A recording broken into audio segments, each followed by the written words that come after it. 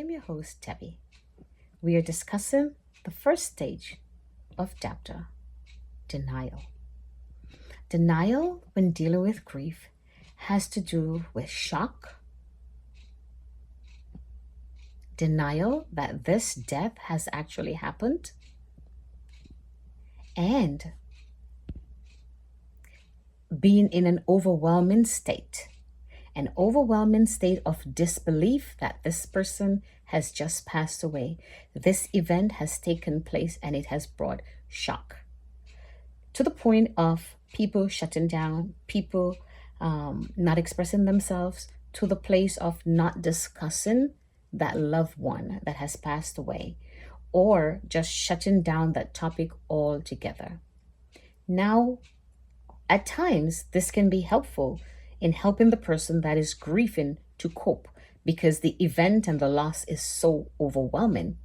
However, when you have small children or children that are old enough, and let's say a child has lost their dear mother or father or a pet, and they've gone through this grief, but you as the adult are shutting that down.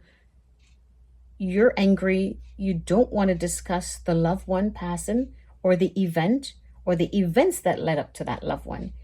We have now created stories or lack of stories for this child that is grieving, and not allowing the child to speak about their loved one and having no discussion about them ever brings a deeper level of grief. A grief that is not healthy, because now we're teaching the child not to cope well when they go through loss. That can become burdensome. They can always run from grief, run from loss, and don't have healthy coping mechanism to deal with loss and grief. So yes, it is a coping mechanism. It is a defense mechanism to deny and to be in disbelief to that point.